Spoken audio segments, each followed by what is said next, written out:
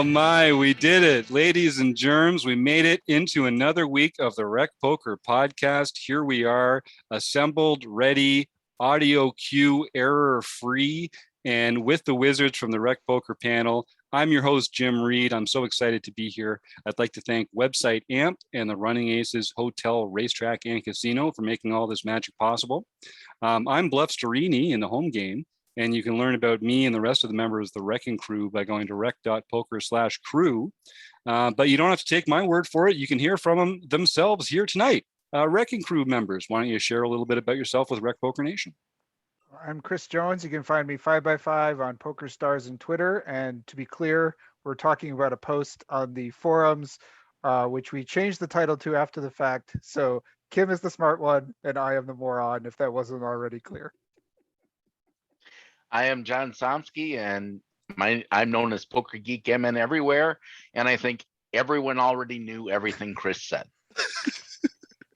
I'm Kim Kilroy. I'm Pat. You're the smart one. Everywhere, except for on PokerStars, I'm Fergie56, and yeah, I'll agree with that, what they said. So we're having a slightly above average fun time here on the Rec Poker podcast, which we always do. And every week we are battling it out in the nightly home game. Every week we are mastering the technical process of podcast generation and having a great time doing it. And every week we take one forum post from the Rec.Poker forums and talk about it here on the show. So last week we had such a great time talking about a post by our own Chris Jones 5x5 that we said, we got to do that again. So Chris has a post here picking off bluffs, and then it may or may not involve 3-bet pots. We can get into that later, but picking off bluffs is the title we're going with. And it's a spot that I think everyone should be thoughtful about when they're playing, particularly in tournament poker. So Chris, why don't you talk a little bit about the setup here and what made it interesting for you? Sure. This is we're early on in a tournament. We have a ton of chips. So does everyone. So we have like 120 big blinds here, and Villain has about 90 odd big blinds. So we're all very deep. We open with Ace of Diamonds, Jack of Clubs, and it folds around to the small blind who calls, and then the big blind folds.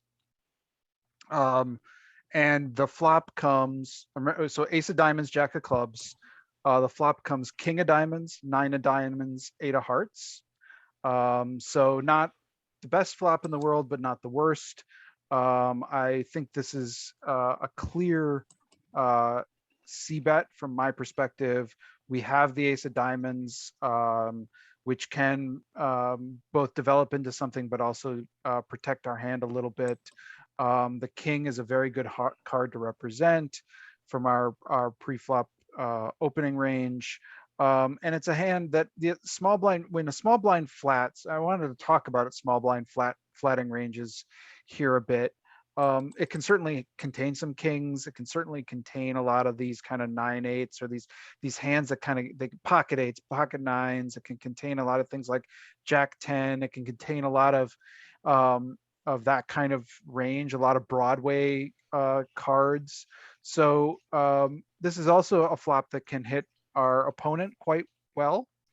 So I can see a case for potentially checking this back. But I elect to c-bet, and I don't know if we want to talk about that or just go. I think this hand gets more interesting as we go a little bit deeper, but do we want to talk about the c-bet at all? I had one thing about the flop here that's interesting. We have such an interesting hand for this flop because we've got the Ace of Diamonds, which blocks the nut flush, and we've got a Jack, which blocks the made straight. So we're in blocker town, and that kind of has a different power on the flop than it does at the end of the hand, depending on how the action goes.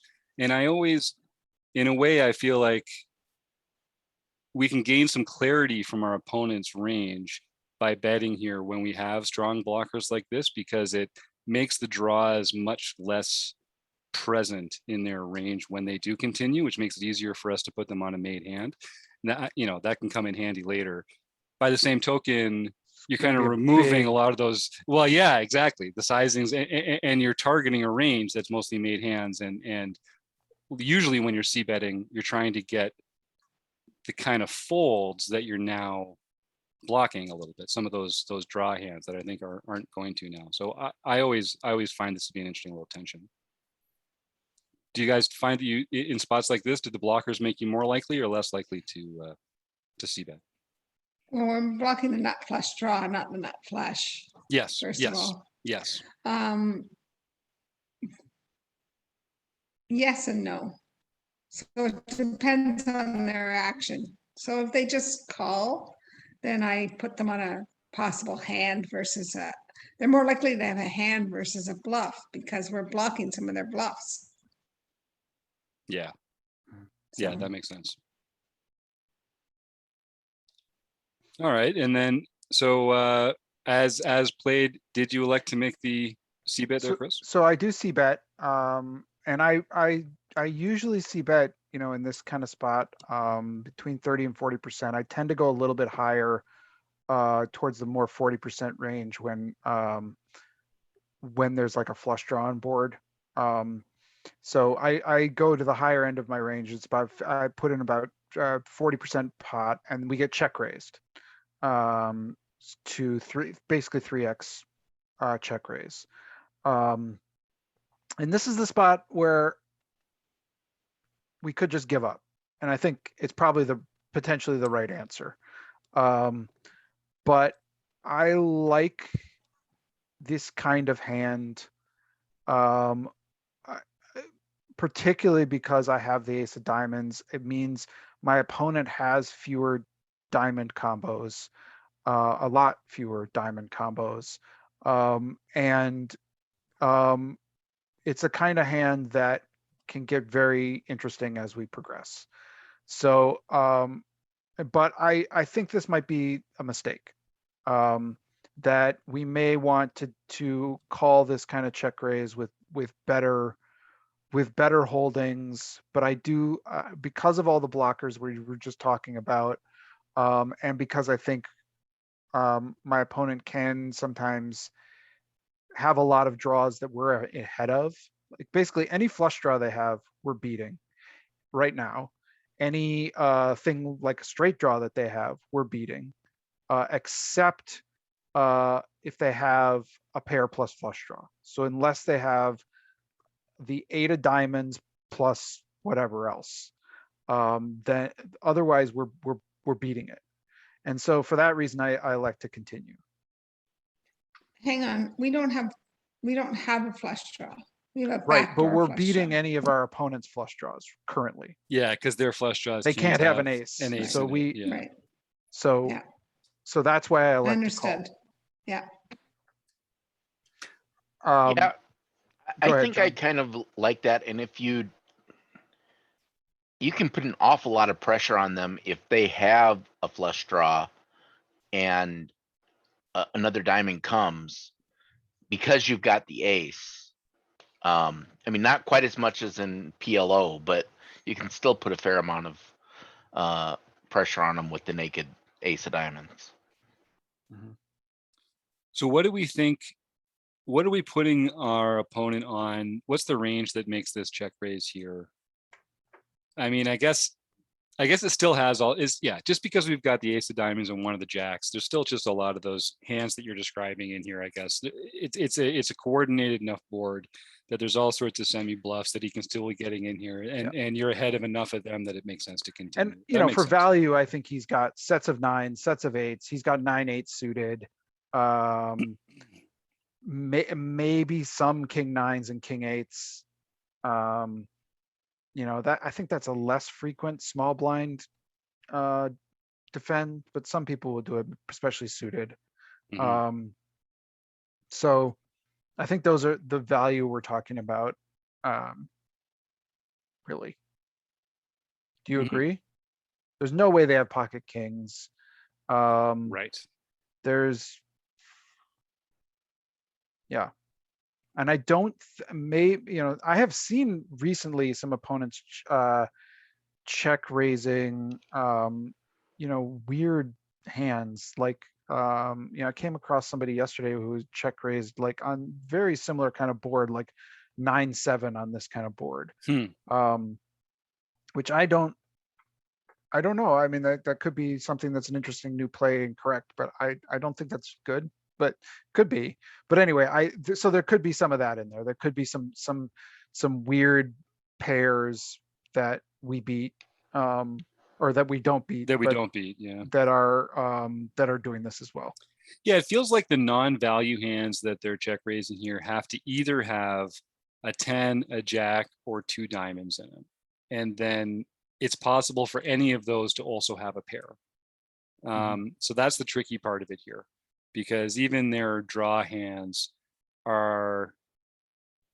it's not uncommon for them to have caught a piece of this board as a made hand as well. So yeah, it's interesting. So it really does make, the cards that you have, not only the strength of your hand, but also the hands that you're unblocking and blocking. I can see why that does become particularly relevant here.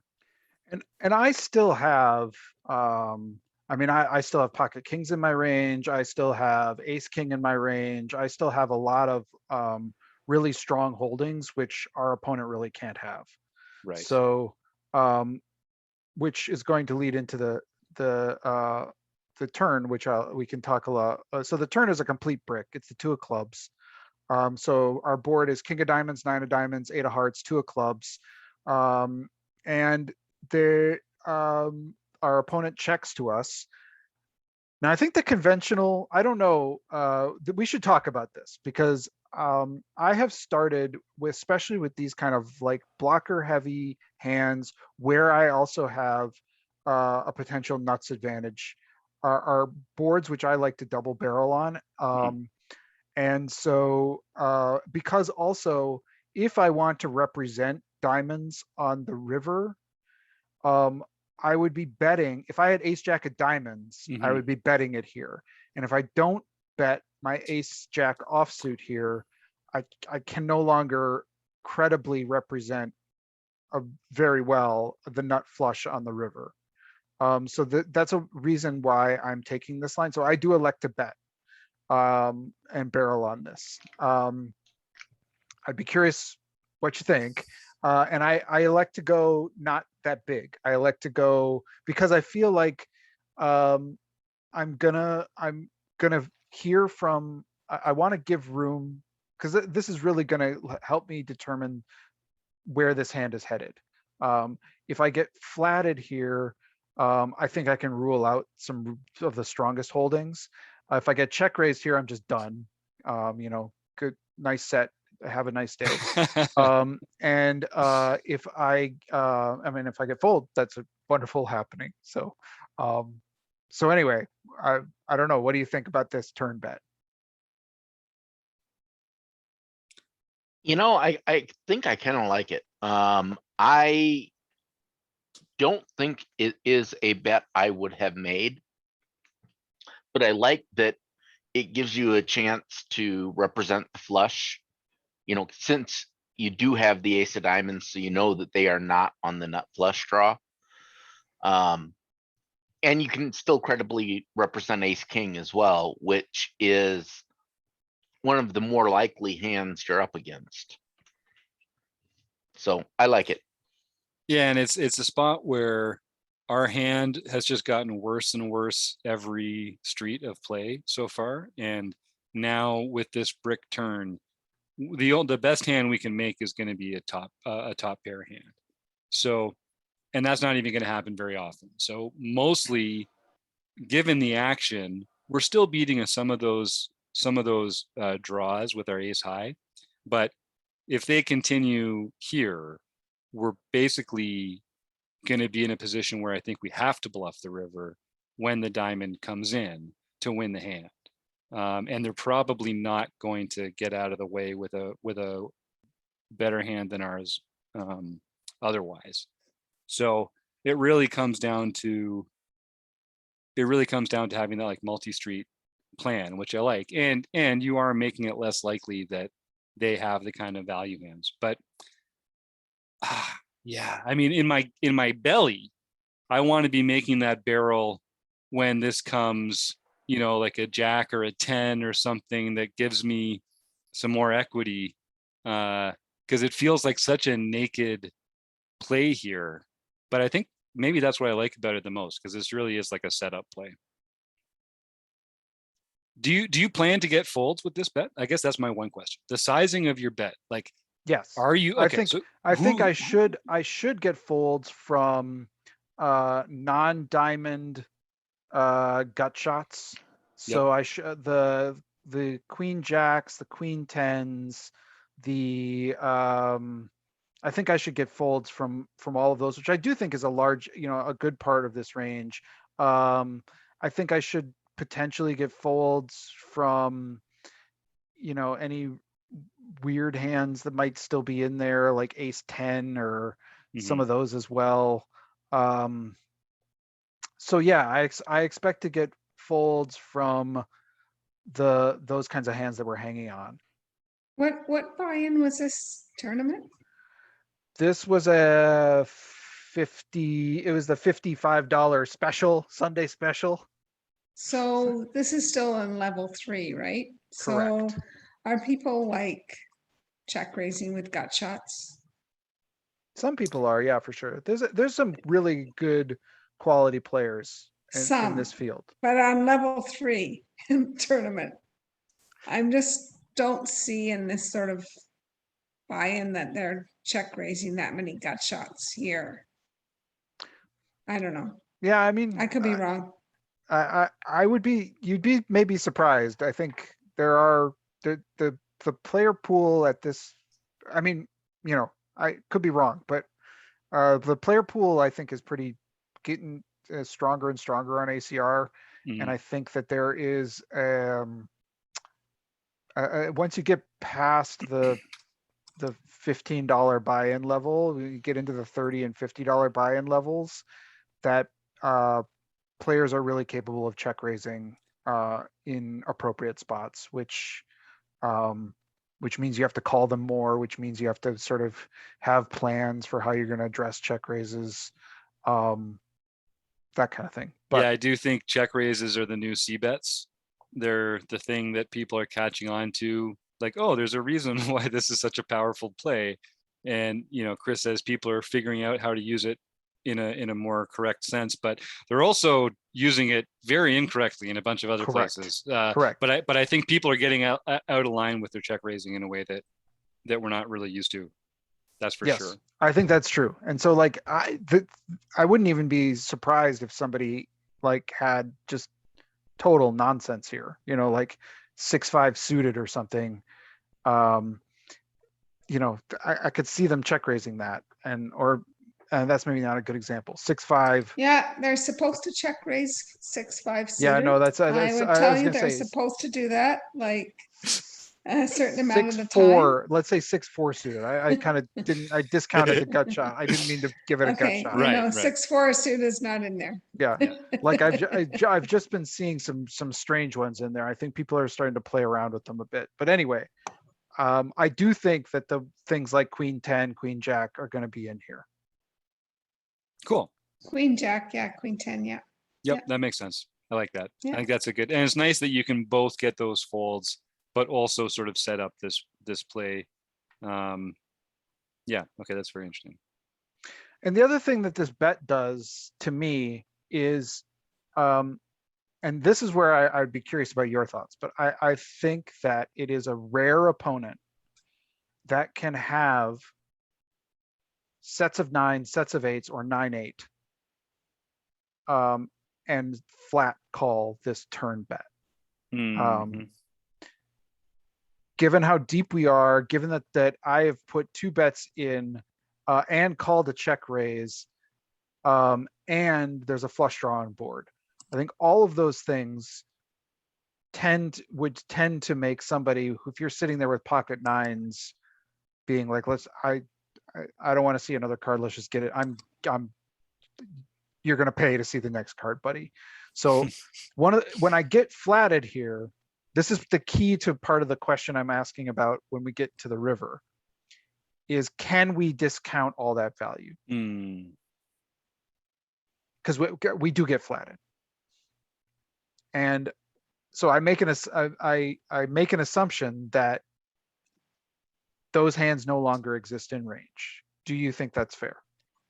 I think this board is wet enough that most people, most of the time, are not going to just flat with a set.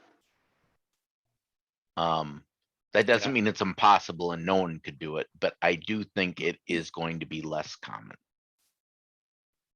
So when I put this in the solver, they flat here with almost 60% of the range that they called that they took this line with Are you on the turn, Kim? You mean they call the turn on bet? the turn. Yeah. Okay. And their entire range at that So point has that's already gone most, through the check raise on the flop. Yeah. yeah, and I think a lot of that range is flush draws. Correct. Like I think a lot of the range is flush draws. Yeah.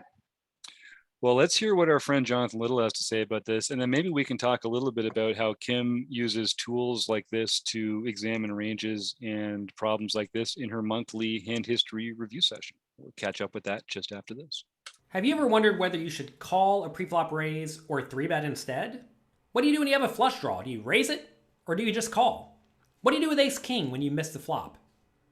Are you tired of guessing about what the right play is with your particular hand? Well, my name is Jonathan Little, and I am a 2-time World Poker Tour champion and creator of PokerCoaching.com, where we offer over 1,000 interactive hand quizzes where you play a hand and then get real-time feedback from our world-class pros. Don't guess and don't stress. Just register for your free account at PokerCoaching.com/recpoker right now. I wouldn't anger Jonathan Little, folks. Don't let him catch you stressing or guessing. Just go to pokercoaching.com/recpoker and sign up there. And good luck to you on your poker journey. Remember us when you're out there crushing. So yeah, let's take a little second here to talk about Kim Petfet Kilroy, who gets together on, wait a second, is it the second Tuesday of every month, Kim, or is it the fourth Tuesday? It's the fourth Tuesday of every month for the Hand History Review Group. And Kim's been on a tear taking hands from our forum, just like this on the podcast, but getting much more in depth using tools like Floptimal, Odin, other solvers and things like that, like we do in our forums, in the focus group that Chris Jones runs every month as well. But these ones are just focused on one hand that people in the membership submit, and any premium member can come along and join Kim for these expeditions into Solverland. So Kim, you said you put Odin to work for this one. I have a friend whose dog name is Odin, so I always think of putting him to work when I would do this. I'm excited. So, and what did you learn from that? I did. Can I share screen or no? Is Yeah, that I think a possibility in this? we can. I mean, it's an audio podcast, so I'll tell people you should like I do every time. You should go to the Rec.Poker forums and get all the good information you can there. Why don't we take a quick sojourn into video land here? And everyone can go and watch all these podcasts on YouTube. They're free there. Search for the Rec Poker community. And then you can see what Kim is going to be sharing on her screen here. Kim, you should be able to share now. Let me know if you are having any trouble. Because I'm a visual learner. I don't know about you guys. So it helps me a lot just to be able to see that grid laid out like that. So we're looking at Odin here, which Kim's working on. And let's just take a quick spin through this one, Kim. All right. So they only do up to 50 big blinds in the multi-table tournament scenarios. So this could be different, seeing as we're playing a lot deeper than this, but we'll go with this one because that's all that's there for now.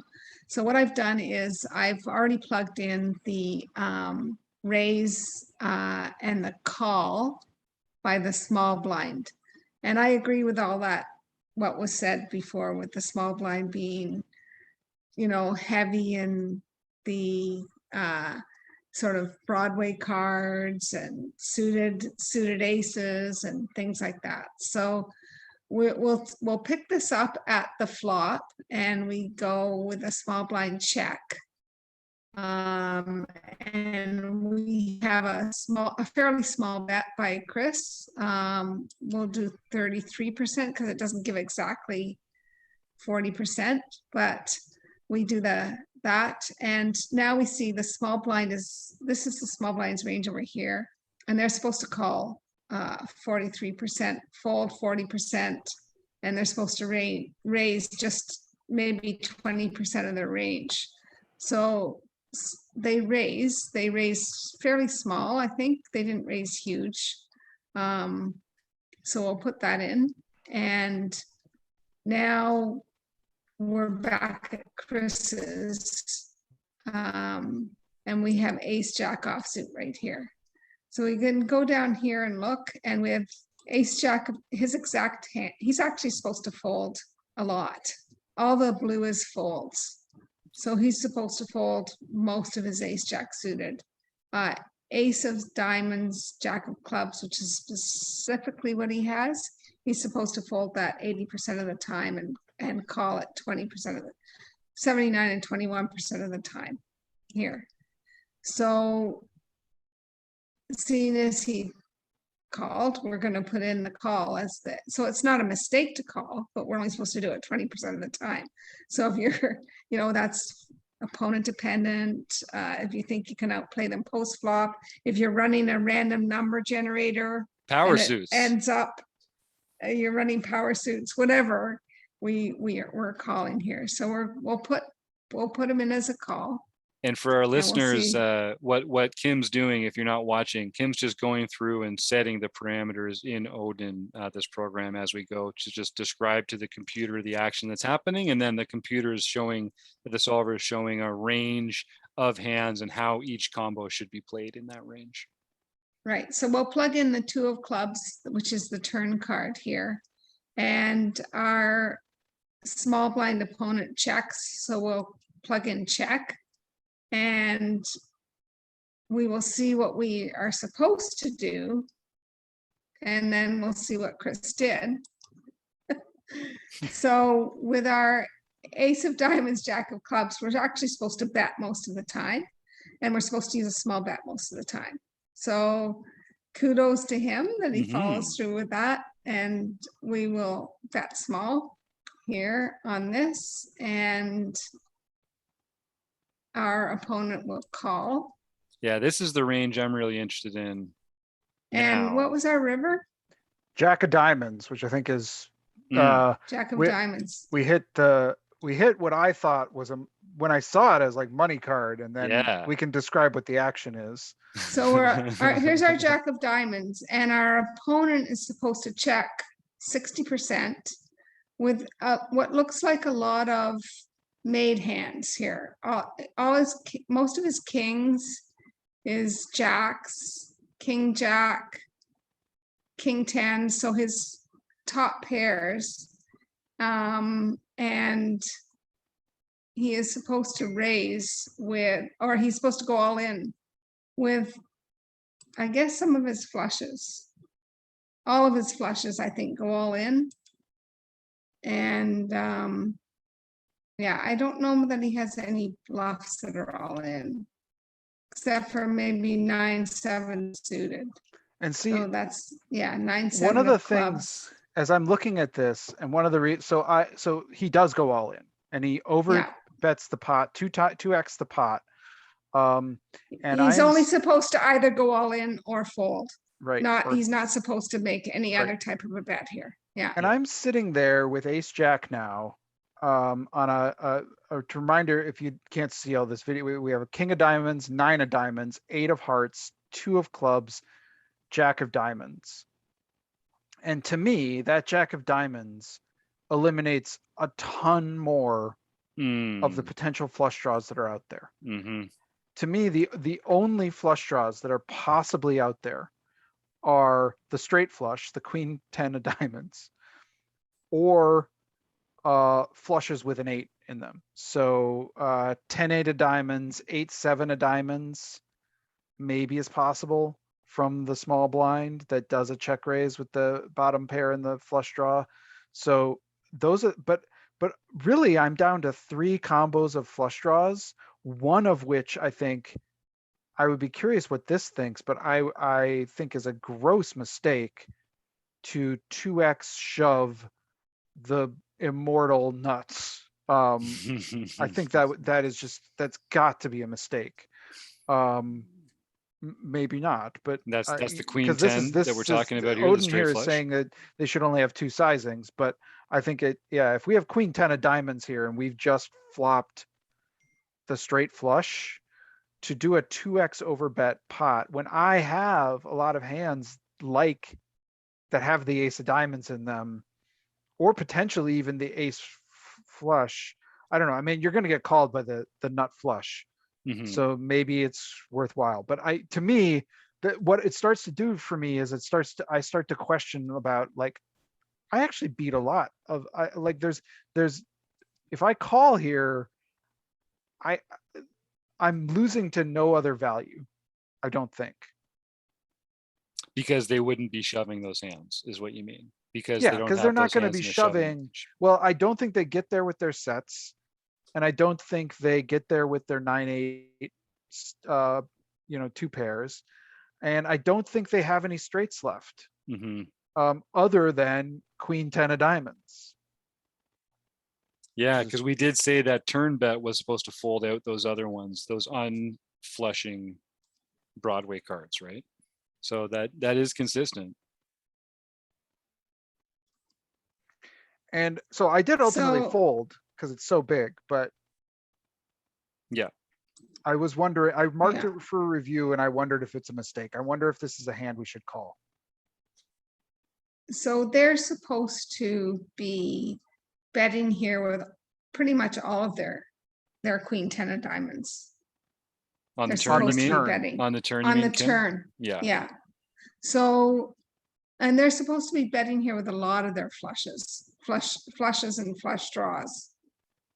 Flush draws, there's no flushes made, but they're supposed to be betting out with a lot of them. So when they just check here on the turn, I think that allows you, when you bet and they just call, Mm-hmm. so you bet, right? And they Yep. just called. Correct.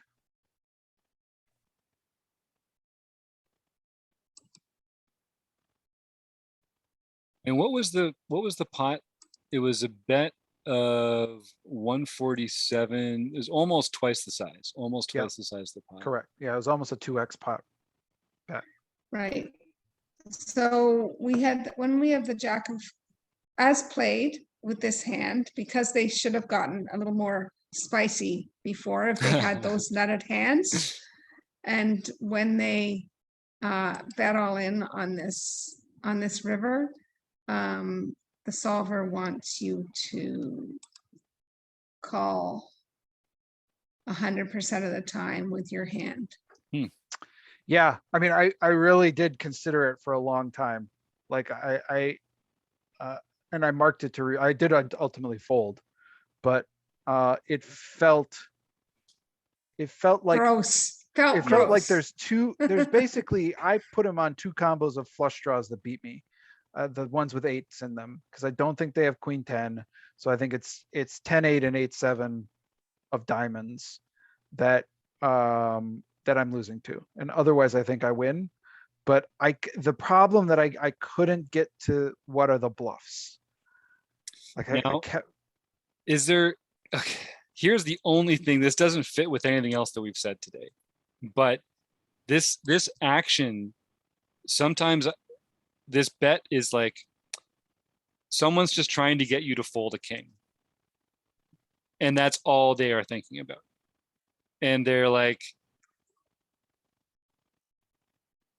this board has come so lousy for you with your king that they can now get you to fold the king. And part of me is just like the instinct player in me is just saying, like, that's what this bet is supposed to be, but it's not part of a bigger plan. So like, was this player someone that you felt like when they check raised the flop, like, did you have anything that, like, is this the kind of player that you think is going to tie that to a later action, or is it just a series of different events? I'd never seen this player before, and I played 9 hands with them at this point. So it's like they're a complete, blank slate. Because sometimes I wonder, like, some of the people that we're playing against, they're not that good at telling the stories. Mm-hmm. But maybe they don't know how bad they are at telling the stories, so they don't know that they're not good at telling the stories. And I kind of level myself out sometimes as well in those spots where I just don't know. I think this is a call. I think this is a call. I think Kim's right. I think I should have called. If you didn't fold on the flop, you Right, should have called. right. What is Odin? Is it doing a GTO simulation or? Yeah, Odin is like a new, it does it all for you. So it's already done, they've already done all of the pile work, and they've put it into a program where you can just plug it all in, and it's So you're already just, all done. it's looking through a database of answers as opposed to calculating on the fly. Yeah, basically. Yeah, right, Yeah, right. yeah. The reason Right. I question is all of that. Well, all of that is balanced, but if they're not doing that, then is the call still right? I mean, Mhm. obviously, if you're truly GTO, then it doesn't matter what they do, they cannot exploit you. But that doesn't mean that doing the GTO play is the optimal Right. play. And I think another way of saying that, John, is that we have to be able to identify, if we're going to call this, we have to be able to identify at least one bluff that this player is making that we beat. Because otherwise we can say we've narrowed them down to these two flush draws, but we don't see much up. But then they probably have those, right? When they If take they- the action. Right. If they don't have the capability of, and to me, the only other hand that actually makes sense, and I'm not sure most players turn this into a bluff, but is like Jack 10 with a diamond makes a lot of sense to me. If you have if you have 10 of diamonds with a Jack X, and you're like, this player has ace king a lot when they've been betting the way they've been betting, I want to get them off a king, I'm turning my Jack into a bluff. I could see some players doing that, but that is a pretty high level play that I'm not sure a ton of players have in them. So it's ultimately, it's hard to assign that to just somebody randomly who has you have 9 hands with. Right, but can you randomly assign it to a player in this pool? Right. Because I mean, that's all you can really do is, on average, is it, do enough players do this such that that's possible? I would say that problem would is be rare. Yeah. But the problem is holding the ace of diamonds in your hand. I mean, it's so hard to find true value for this shove. Right. That's It's that's just it. so That's hard. that's it. Like, what is, if they are a thinking player, what is their value target? With every, unless it's actually, and even if it is, like you say, Chris, if it is the queen 10 of diamonds, then there's so many other ways they could be getting those chips out of you. If you don't have the nut flush at that point. Yeah. Mm-hmm. So I don't know. I mean, it was a weird hand. Probably made weird by me by calling that check raise, or Yeah, I think getting myself in this in the first place. But I think it was a fold on the flop most of the time. Right. Yeah. Yeah, I think on the flop, because I've got the cards that I have in my hand, that's probably going to help me, not help, that's probably going to steer me towards folding to the check raise, just because I'm blocking more of those draw hands that I want him to have when he makes it. And so then I'm going to have that in my mind here, and it's just going to feel like that aggressive, strong play. But you're right, Chris, to exclude a lot of those super strong combos when he calls the turn. So yeah, it's a tricky spot. It's a tricky spot. I don't know. I'm torn. I'm seriously torn here, because my instinct says the story that's being told here is that this guy's bluffing on the river. And I can't really make the rest of the hand make enough sense for me to feel confident about calling with second pair. And I'm holding cards like he shouldn't be bluffing, but the action makes me feel like he's trying to get me to fold a king. It's really hard to find a value hand that he doesn't barrel on the turn. The 2 of clubs is the biggest blank in the deck. Yep. And like, what is he possibly got here that he doesn't barrel on this turn? Mhm. Except maybe king 10 of not diamonds. Mm-hmm. I mean, queen 10 of not diamonds. I mean, I don't know. Right. I mean, I just don't see why he wouldn't barrel this turn once he's check raised you on the flop. Agreed. Well, to my mind, the biggest takeaway I'm taking from this is that whenever Chris puts a hand into our forums, it makes me aware that I do not study enough. You and me both, John. You and me both. It's funny. Every once in a while, I pull a hand out of the forums for the show, and I'm like, "Oh, this one will be a breeze. We'll just, I think I know what the right answer is here." And then we get these ones from Chris, and it's like, we could talk about this for 45 minutes. I know less at the end of it than I did at the beginning. I am less confident about everything I thought about poker now than I was at the beginning. Good call, Chris. But that's actually the way you learn, right? You Yeah. have to break down your false assumptions first and then start building your foundations. It's true. It's true. And I like it when we talk about this all the time. You need to disagree with people to learn, or for them to learn. And so if you're in a community like this, learning together, part of it is disagreeing. Part of it's finding areas where you don't think you're right and sharing that. It takes being vulnerable and sharing the times when you're not sure in order to Actually, learn. I think you're all wrong about that.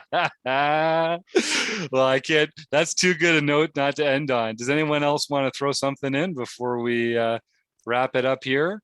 Well, then I would just love to thank Website Amp, Running Aces, Hotel, Racetrack, and Casino, particularly this time Chris and Kim, who did a lot of great stuff in the forums there, but also John and Stu and everybody else. All right, see you next week, folks. Thanks.